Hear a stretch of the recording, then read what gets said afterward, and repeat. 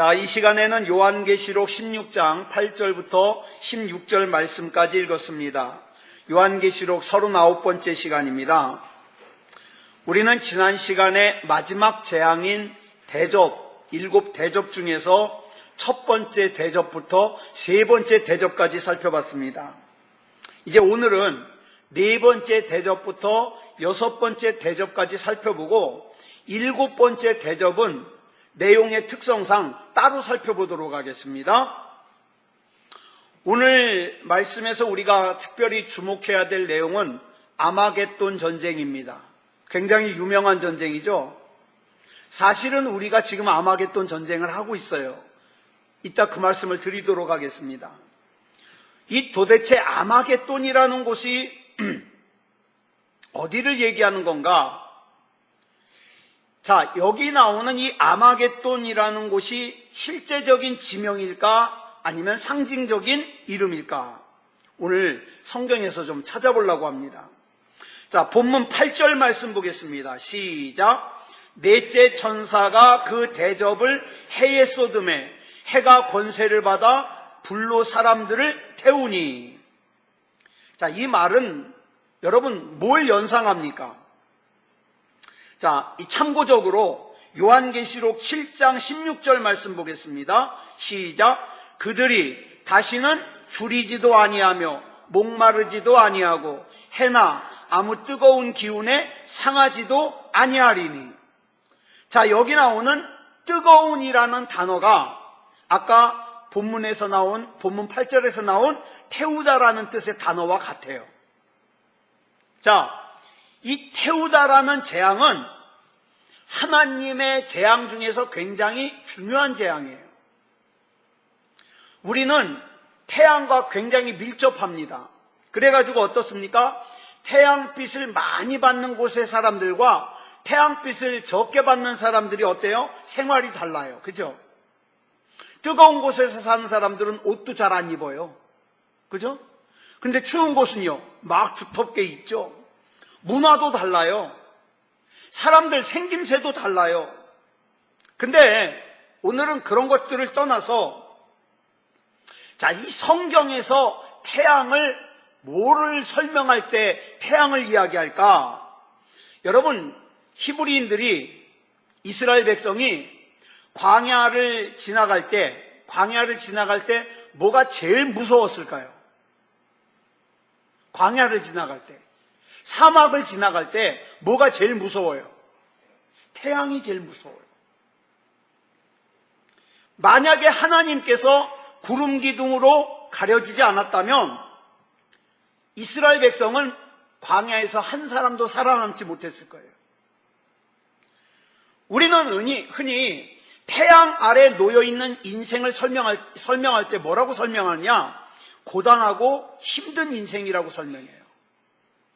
그겁니다. 오늘 네 번째 대접이 쏟아지고 나니까 해가 권세를 받았대요. 무슨 뜻이에요? 해가 이제 왕성하게 일하는 거죠. 그래가지고 어떻게 해요? 불로 사람들을 태웠다 이렇게 나와요. 어떤 분들은 이 내용을 이렇게 해석합니다. 이 지구의 오존층이 다 파괴가 돼가지고 태양의 열기가 뜨거워져서 막 사람들이 다 죽을 것이다.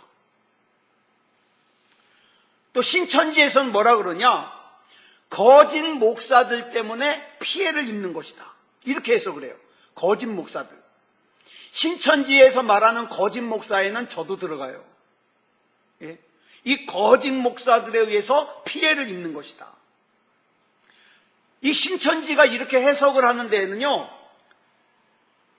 성경에서 해가 아버지를 뜻한대요.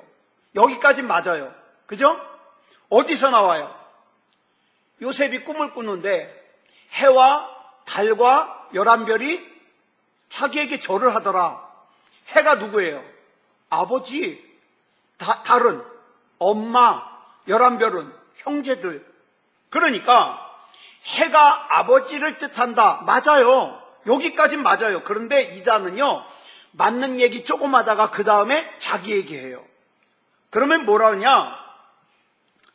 자신들은, 신천지 자기네들은 하나님께 속한 목자고, 신천지에 속하지 않은 목자는 다 사탄 마귀에게 속한 목자다. 이렇게 설명을 해버려요. 그러니까 여기는 만들어 붙이는 거죠. 지난주에 말씀드렸죠. 이단은 끝이 다르다. 이런 식으로 끝이 달라요. 이 내용은 그래서 신천지에서는 그 태양에 이렇게 불태워진다는 걸 어떻게 해석을 하느냐? 거짓 목사들로 인해서 피해를 입는다. 이렇게 해석을 해요. 아니에요. 무슨 뜻이냐? 힘들고 고단한 인생을 산다 이 말이에요. 힘들고 고단한 인생을 산다. 그래서 어떻게 됐어요?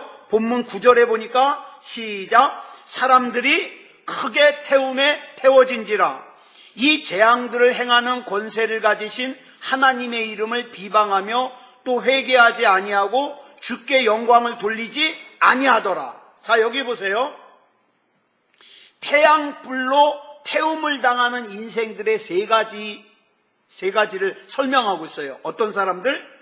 하나님의 이름을 비방하는 사람들. 그 다음에 어떤 사람들? 회개하지 않는 사람들.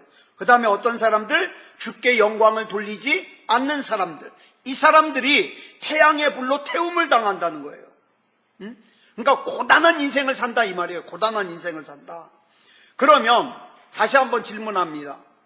이런 현상들이 저 멀리 장래의 어떤 날의 마지막 때에 일어날 일입니까? 아니면 지금 벌어지고 있는 일입니까? 지금 벌어지고 있는 일이에요. 지금. 그래서 우리에게는 뭐가 필요한지 아세요? 이 태양의 태움을 피할 수 있는 하나님의 구름 기둥이 필요한 거예요.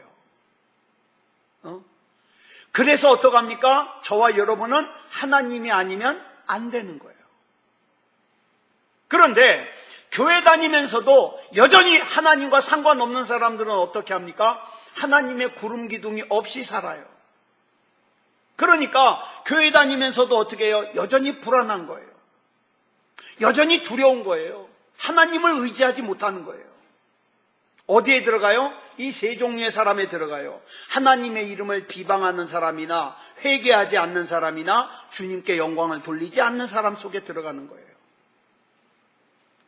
그래서 하나님의 은혜의 구름 기둥을 경험한 사람들이 하나님의 은혜의 구름 기둥을 없이 살았을 때와 비교하면서 얘기하는 걸 뭐라 그래요? 그걸 간증이라 그래요. 간증. 그죠? 아, 내가 이렇게 하나님의 구름 기둥으로 가려진 삶을 사니까 이렇게 좋더라. 그 나는 주님이 아니면 안 된다. 이게 간증이에요. 이게 자기가 돈 얼마 벌었고 뭐 집이 몇 채고 이거 자랑하는 거 간증이 아니에요. 나에게는 하나님이 그래서 필요하다. 나에게 구름 기둥을 씌워주신 그 하나님을 여러분들에게도 소개한다 이 말이에요. 이게 간증이에요. 이게 자기 자랑하는 게 아니라 하나님 자랑하는 거. 근데 요즘에 간증하는 거 보면요, 맨 자기 자랑하다가 끝나는 사람들 많아요. 속지 마세요. 그건 간증이 아니에요. 그건 자기 자랑이에요. 자, 그러면 한번 생각해 보자고요. 우리 주변에 사랑하는 사람들 가운데 지금 현재 하나님의 은혜의 구름 기둥을 모르고 살아가는 사람들이 있습니까? 없습니까? 있어요. 이게 안타까운 거예요. 여러분, 하나님께서 이 세상을 창조하셨을 때의 진짜 목적이 뭐냐? 저와 여러분에게 안식을 주시는 거예요. 또 하나님의 창조의 완성이 뭐예요? 안식이에요. 안식. 그러니까 여러분, 이 안식을 쉽게 생각하면 안 돼요. 이 안식은 우리 신앙생활에 있어서 굉장히 중요한 거예요. 그러므로 이 안식이 완성되지 않으면 하나님의 창조도 완성되지 않은 거고 하나님의 구속도 완성되지 않은 거예요. 자, 그럼 뭐라고 말씀드릴 수 있냐? 저와 여러분이 예수 믿는다면서요. 하나님 신뢰한다면서요. 하나님 앞에 인생 맡기고 산다면서요. 그러면 여러분 안에 하나님이 주시는 안식이 있습니까? 저 사람은 도대체 뭘 믿고 저렇게 편안할까? 저 사람은 뭘 믿고 저렇게 안정될까? 그런 게 있습니까? 그렇다면 여러분 안에 행하시는 하나님의 구원이 완성된 거예요. 하나님의 일하심이 완성된 거예요. 그런데 교회는 다니지만 여전히 불안하고, 교회는 다니지만 여전히 내 안에 화가 있고 미움이 있고 증오가 있으면 완성되지 않은 거예요. 하나님의 역사하심이 지금 너무너무 필요해요. 그래서 여러분, 이 안식을 등지고 사는 사람들의 태도가 뭐예요? 아까 나온 세 가지예요. 하나님을 비방하면서 삽니다. 교회 다니는 사람 그러잖아요. 아유, 하나님 믿으면 뭐해? 내가 그렇게 열심히 교회 다녔는데 이게 뭐야? 이러고 얘기한다니까요. 왜? 안식이 없어요. 하나님을 비방해요. 죄짓고도 회개하지 않아요. 그 다음에 하나님께 영광을 돌리지 않고 끝까지 고집 부리고 살아요. 어떤 사람이? 하나님의 안식을 누리지 못하는 사람이. 그러면서 자꾸 불안하대요. 그러면서 힘들대요. 그러면서 낙심이 된대요. 그러면 우리는 그런 사람들을 향해서 정죄하고 판단하고 윽박지르고 공격하면 안 돼요. 어떡할까요? 불쌍히 여기는 마음을 가져야 된다니까요. 불쌍히 여기는 마음. 다시 한번 말씀드립니다. 하나님께 돌아오지 않는 사람들의 세 가지 모습이 뭐라고요? 하나님의 이름을 비방하는 사람들, 자기의 죄를 회개하지 않는 사람들, 주께 영광을 돌리지 않는 사람들. 이 사람들이 뭐예요? 이 네 번째 대접의 재앙을 자초하는 사람들이에요. 인생이 고달퍼요. 왜? 대접을 엎으니까 어떻게 해요? 태양의 권세를 얻어가지고 집 밖에 나가도 고달프고 집 안에 들어가도 안정이 없고. 왜? 하나님의 안식을 못 누리니까. 이게 네 번째 재앙이에요. 그 다음 이제 다섯 번째 대접이에요. 다섯 번째 대접.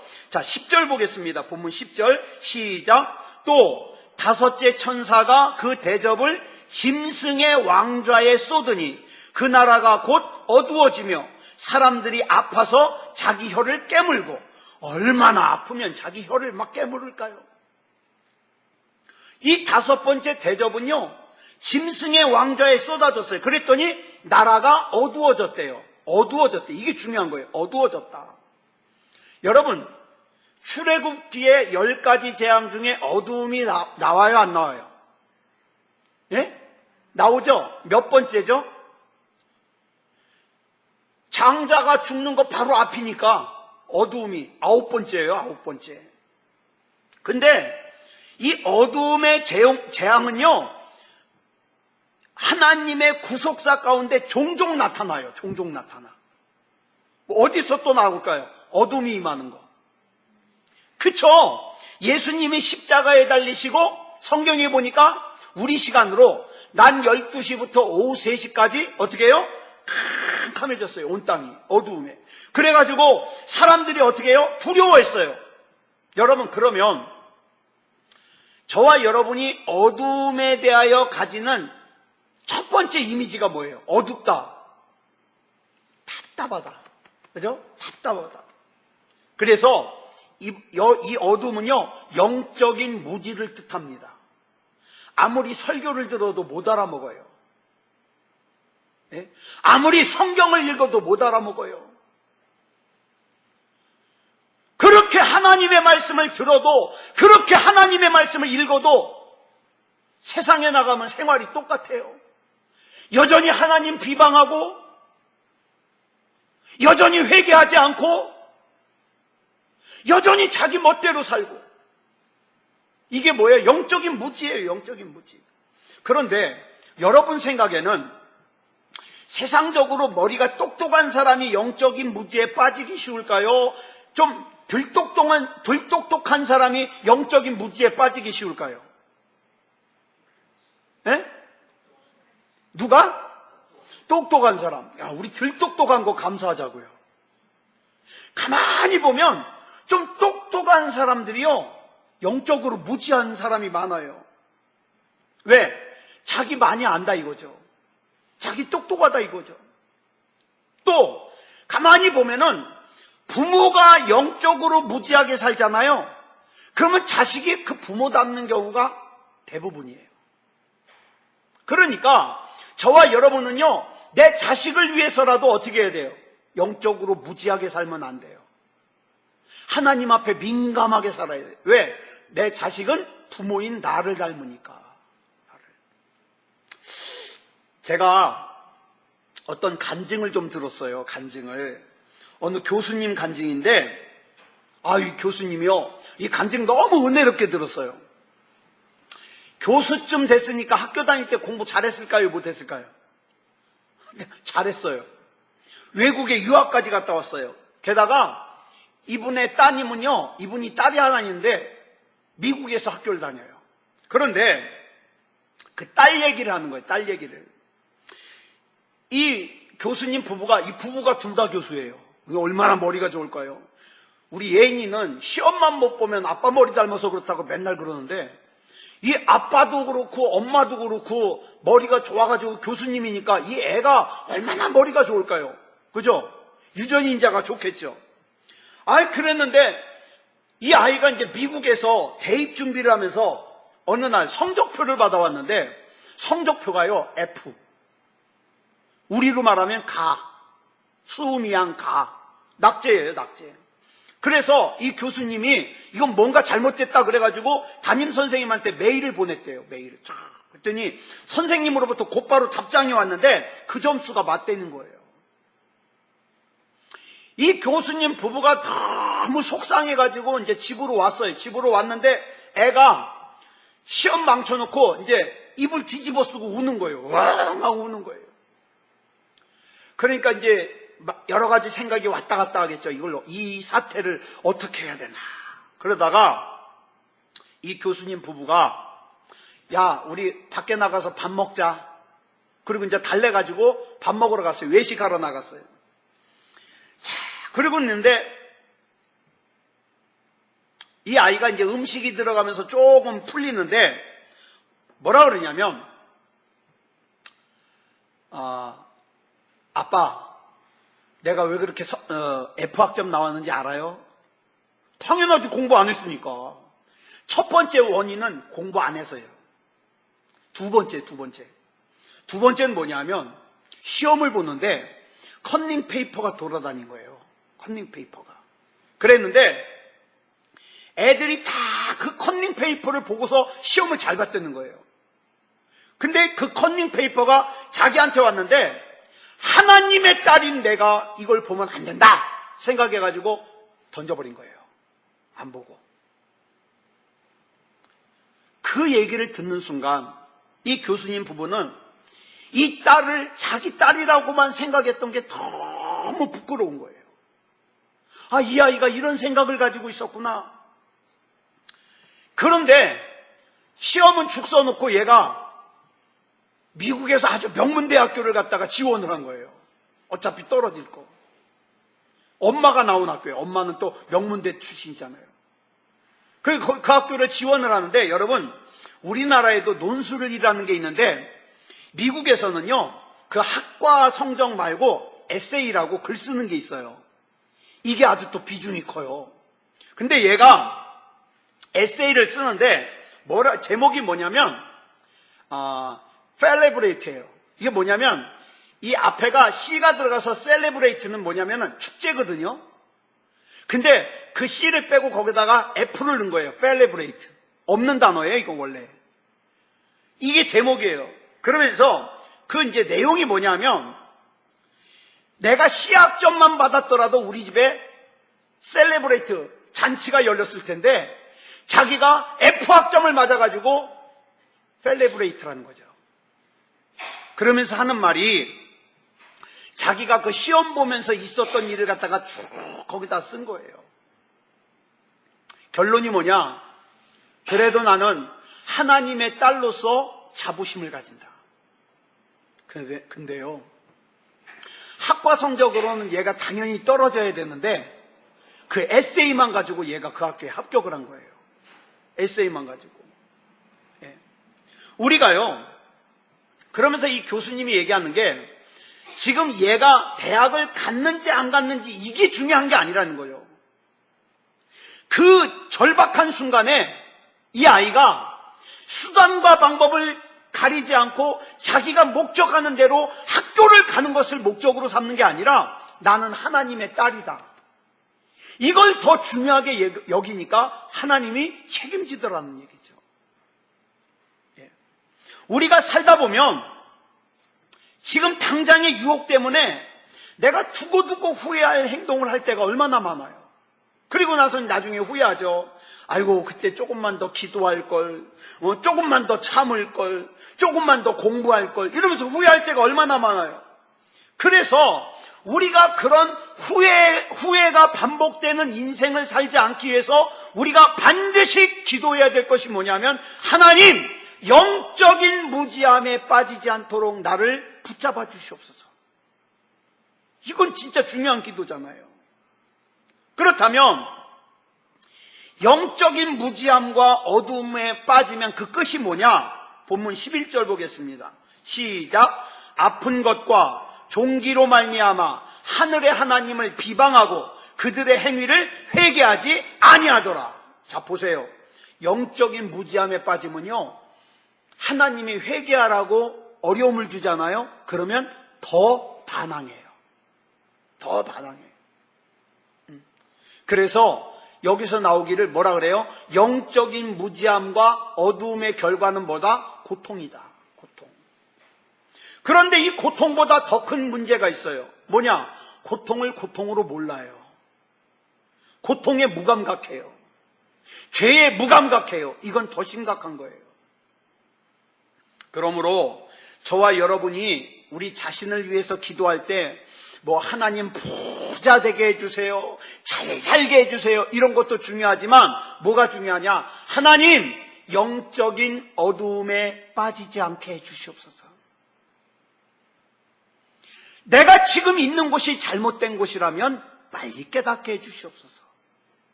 내가 지금 가지고 있는 생각이 잘못된 거라면 빨리 깨닫게 해주시옵소서. 기도가 필요하죠. 특히 저 같은 목회자는 더 그래요. 저 같은 목회자는요, 고통이 나 한 사람으로 끝나지 않아요. 내가 잘못된 길로 나가면 어떻게 해요?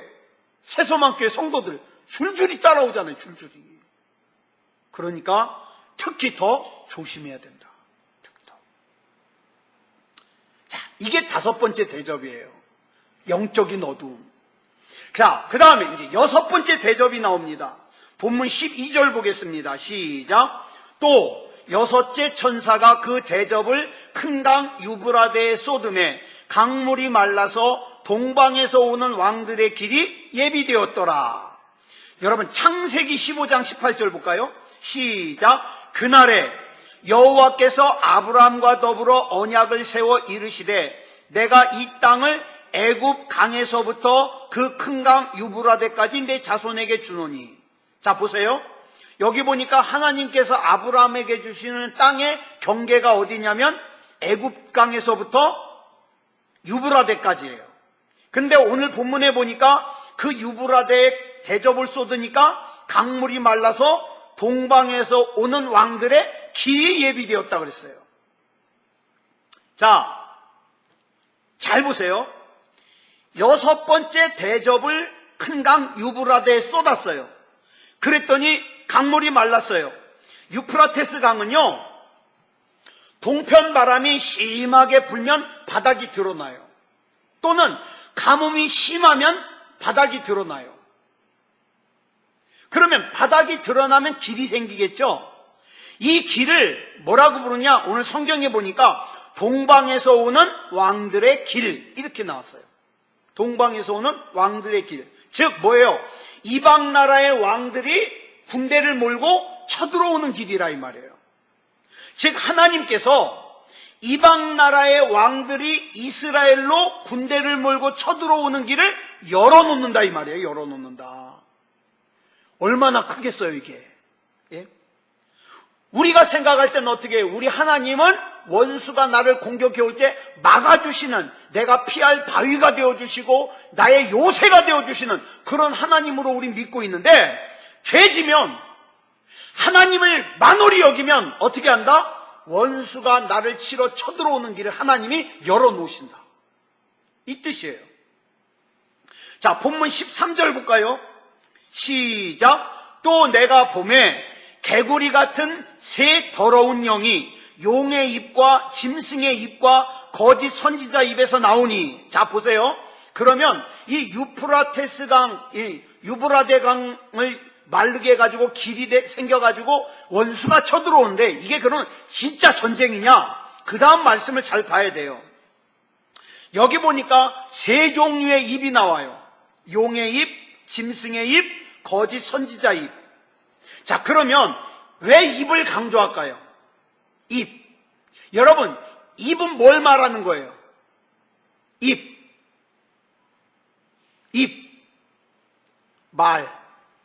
말을 말하는 거죠. 즉 뭐예요? 마지막 때에는 뭐예요? 무슨 싸움이라고요? 진리 싸움. 진리 싸움. 우리가 마지막 때를 살면서 가장 중요하게 여겨야 될 것이 뭐냐? 말씀과 기도입니다. 말씀과 기도. 자, 초대교회 우리 사도행전에서 우리가 살핀 바 있습니다. 초대교회가 구제 때문에 다툼이 일어났어요. 그래가지고 어떻게 했어요? 7명의 집사님을 뽑아가지고 구제를 맡기고 사도들은 뭐에만 전념했어요? 기도하는 일과 말씀 사역에만 전념했어요. 이게 중요한 거예요. 즉 사도들은 교회의 가장 중요한 일이 뭔지를 알아요. 기도하는 일과 말씀 사역이에요. 그리스도의 몸된 교회로서 가장 중요하게 여겨야 되는 핵심 가치가 뭐냐? 기도와 말씀이에요.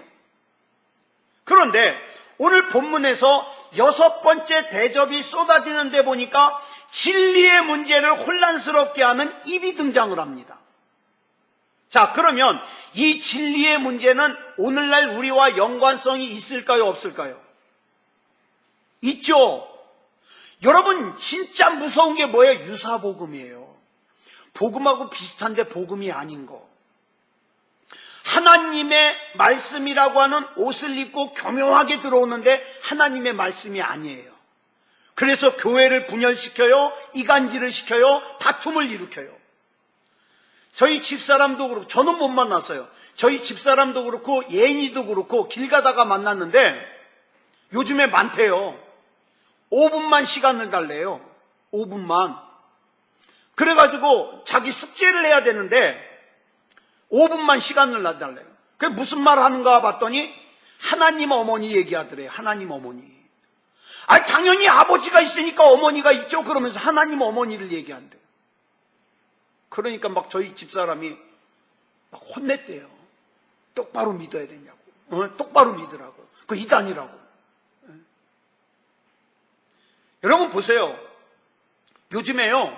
그 안상홍의 하나님의 교회하고 신천지가 더 극성이에요. 요즘에 무슨 노르스름한 옷을 입고요. 전철역에 나가가지고 지금 아주 눈이 뻘개요. 눈이 뻘개. 때로는 성경 공부하자고 꼬여내가지고 이단으로 끌고 가고, 또 때로는 성경에 나오는 어려운 문제들 쉽게 풀어준다고 꼬여내가지고 이단으로 끌고 가고 그러고 있어요. 이런 것들이 뭐예요? 다 유사복음이에요. 유사복음. 십자가를 말하는 것 같은데 십자가가 아니에요. 그리스도를 소개하는 것 같은데 이만희를 소개해요. 예? 하나님을 소개하는 것 같은데 장길자를 소개해요. 그래가지고 어떻게 해요? 하나님의 의도와는 전혀 다른 곳으로 끌고 가는 거예요. 그게 유사복음이에요.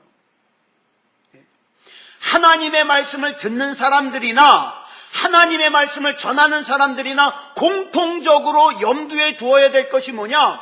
하나님의 뜻이 뭐냐 이 말이에요. 내가 아무리 신이 나가지고 하나님 말씀 전해도 거기에 하나님의 뜻이 없으면 헛짓하는 거예요. 헛짓.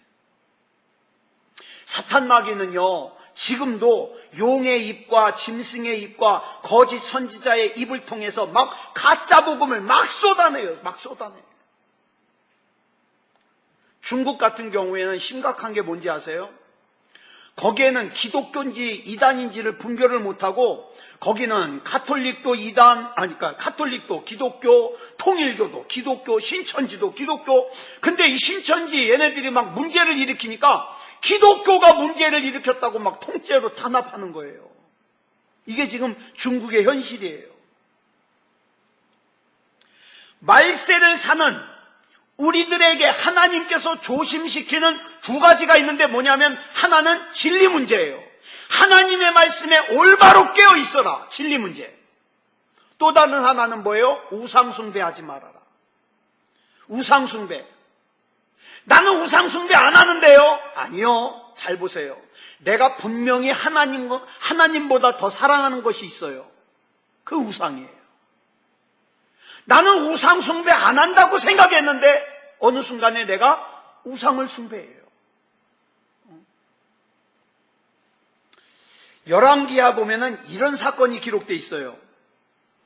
어린아이들이 엘리사 선지자를 쫓아다니면서 대머리라고 놀렸어요. 대머리야, 대머리야, 돌아가라, 돌아가라 이러면 쫓아다니면서 한두 명이 아니라 42명이. 그래서 성질이 난 엘리사 선지자가 아이들을 저주를 하니까 곰이 2마리가 나와가지고 그 42명의 아이들을 죽였어요. 이 사건이 주는 메시지가 뭐냐? 잘못 생각하면 전 처음에 성경 볼 때 좀 시험 들었어요. 물론 애들이 엘리사야 뭐 대머리야 돌아가라 그러니까 벌은 줄 수 있어요. 근데 뭐 눈다리끼가 난다든가 아니면 입병이 난다든가 그 정도로 좀 하지. 왜 곰이 2마리 나타나서 죽게 만들었을까? 왜 이렇게 잔인할까? 저는 이 말씀 읽다가 시험 들었어요. 그랬는데 나중에 이 말씀의 본래 뜻을 알고 나니까 아니에요. 이 무슨 뜻이냐면 여기 나오는 아이들은요 우리가 생각하는 무슨 초등학생, 유치원에 이런 애들이 아니에요.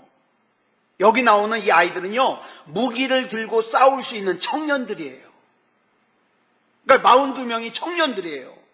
더군다나 성경에 보면 이 아이들이 어디서 왔냐면 베델에서 왔다고 기록하고 있어요. 베델에서. 이 당시에 베델은 뭐냐면 우상숭배의 본거지예요. 그러니까 이 아이들은 뭐예요? 우상숭배와 관련이 있는 청년들이에요. 42명.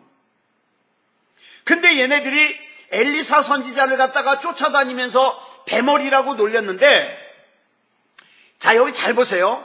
이 대머리라고 놀린 것은 엘리사가 머리가 없어가지고 대머리라고 놀린 게 아니에요.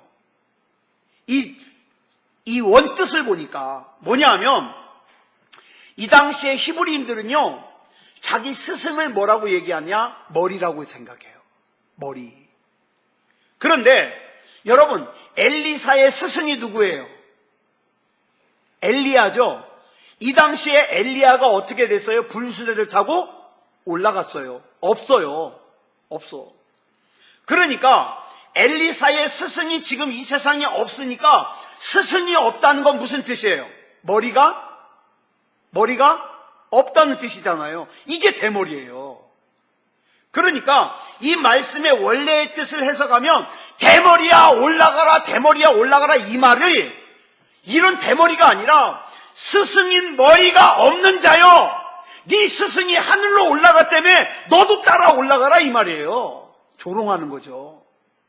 마치 이런 거예요. 하나님 믿으면 복 받는다며 너나 하나님 잘 믿고 복 받아라 이렇게 조롱하는 거예요 지금. 누가? 베델에서 우상숭배하는 애들이 스승인 엘리야가 없어져서 너는 무력한 존재가 됐으니까 너도 없어지라 이 말이에요 여기서. 예?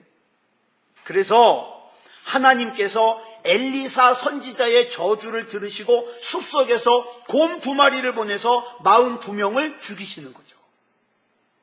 이것은 뭘 뜻하느냐? 엘리야 선지자에게 부어진 하나님의 능력이 지금 엘리사 선지자에게도 임했다는 것을 하나님이 증명하시는 거예요. 사랑하는 여러분, 살아계신 하나님의 역사하심이 저와 여러분의 삶에 지금 여전히 역사하고 계심을 저와 여러분의 삶으로 증명해야 되지 않겠습니까? 언제까지 시험 들었다 풀렸다 시험 들었다 풀렸다 이 짓만 반복해야 되겠어요? 하나님이여, 내 삶을 통해서 내가 믿는 하나님이 살아계심을 증명하여 주시옵소서. 우리 가정에서도, 교회에서도, 직장에서도, 그죠? 이와 같이 하나님이 제일 싫어하는 두 가지가 있는데 뭐다? 거짓 진리하고 우상 숭배다. 그러니까 여러분, 하나님 말씀을 올바로 들어야 돼요. 예? 내 입맛에 맞게 듣지 말고 올바로. 때로는 하나님이 나를 갖다가 꾸중하시는 거 있으면 꾸중으로 듣고, 웬 복받으라는 말만 좋아할 것이 아니라 내가 지금 돌이켜야 될 것이 있으면 돌이켜야 되잖아요. 올바로 들어야 된다 이 말이죠. 자, 본문 14절로 16절 보겠습니다. 시작. 그들은 귀신의 영이라 이적을 행하여 온 천하 왕들에게 가서 하나님 곧 전능하신 이의 큰 날에 있을 전쟁을 위하여 그들을 모으더라. 보라, 내가 도둑같이 오리니 누구든지 깨어 자기 옷을 지켜 벌거벗고 다니지 아니하며 자기의 부끄러움을 보이지 아니하는 자는 복이 있도다. 새 영이 히브리어로 아마겟돈이라 하는 곳으로 왕들을 모으더라. 여기 새 영은 뭐예요? 아까 말씀드린 용, 짐승, 거짓 선지자. 이 영이 뭐예요? 아마겟돈이라는 곳으로 모은다.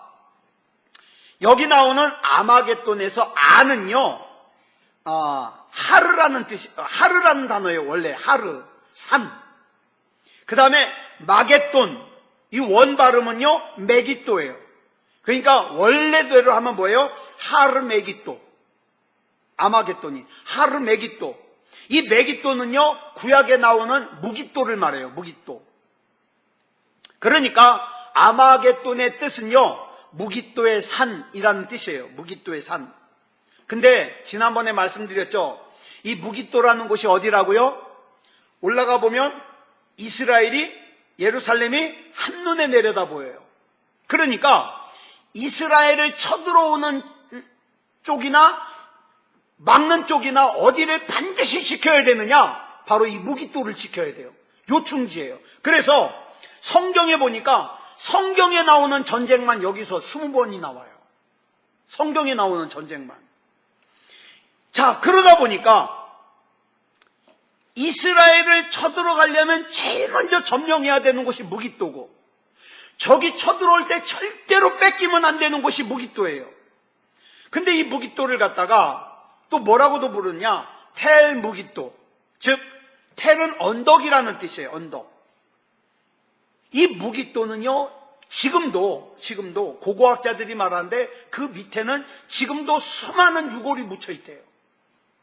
왜? 전쟁을 그렇게 거기서 많이 했으니까. 자, 사람들이요, 하나님의 이름을 비방하고 회개하지 않고 하나님께 영광을 돌리지 않으면 성도와 교회를 핍박하고 공격하지만 결국 이 무기또에서의 전쟁은 하나님의 백성이 이기게 돼 있어요.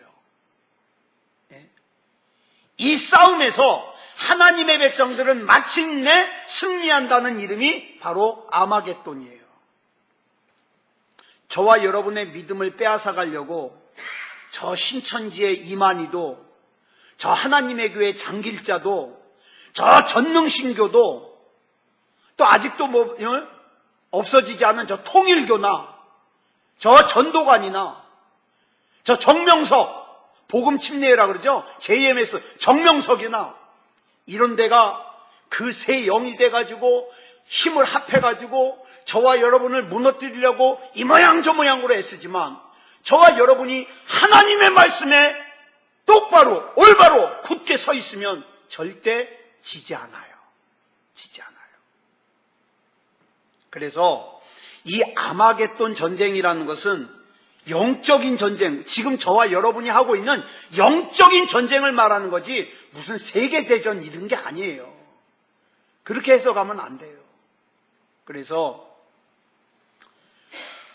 저와 여러분이 때로는 직장에서 아마겟돈 전쟁할 수 있어요. 왜? 내가 눈 한번 꾹 감고 사람 속이면 돈이 생겨요. 그때 내 속에서는 어떻게 해요? 아까 그 아이처럼 아니야, 그렇지만 너는 하나님의 아들이야, 하나님의 딸이야, 그러면서 어떻게 해요? 안 돼. 그러면서 그걸 갖다가 거부했을 때 아마겟돈 전쟁에서 이기는 거예요. 사랑하는 여러분, 하나님을 만홀히 여기지 말자고요. 회개할 죄가 있으면 철저하게 회개하자고요. 그리고 하나님 앞에서 믿음다운 믿음으로 살자고요. 이렇게 사는 저와 여러분이 되기를 그리스도 예수님의 이름으로 축복합니다. 기도하겠습니다. 사랑의 하나님, 감사합니다. 오늘도 하나님의 은혜 가운데 인도해 주셔서 요한계시록 16장의 말씀을 살폈습니다. 하나님, 우리가 하나님 안에서 중심이 흔들리지 않게 해주시옵소서. 그리고 우리 주변에 있는 사람들에게도 좋은 영향 미치게 하시고, 특별히 내 자녀에게 올바른 믿음을 물려줄 수 있도록 인도해 주시옵소서. 이 세상 살아갈 때에 악한 마귀가 이 모양 저 모양으로 우리를 무너뜨리려고 애쓰지만 거기에 우리가 영향받지 말게 하시고 오직 믿음으로 승리하는 삶을 살게 해 주시옵소서. 모든 것을 우리 주님 앞에 맡겨드리오며 그리스도 예수님의 이름으로 간절히 기도드려 싸움나이다. 아멘.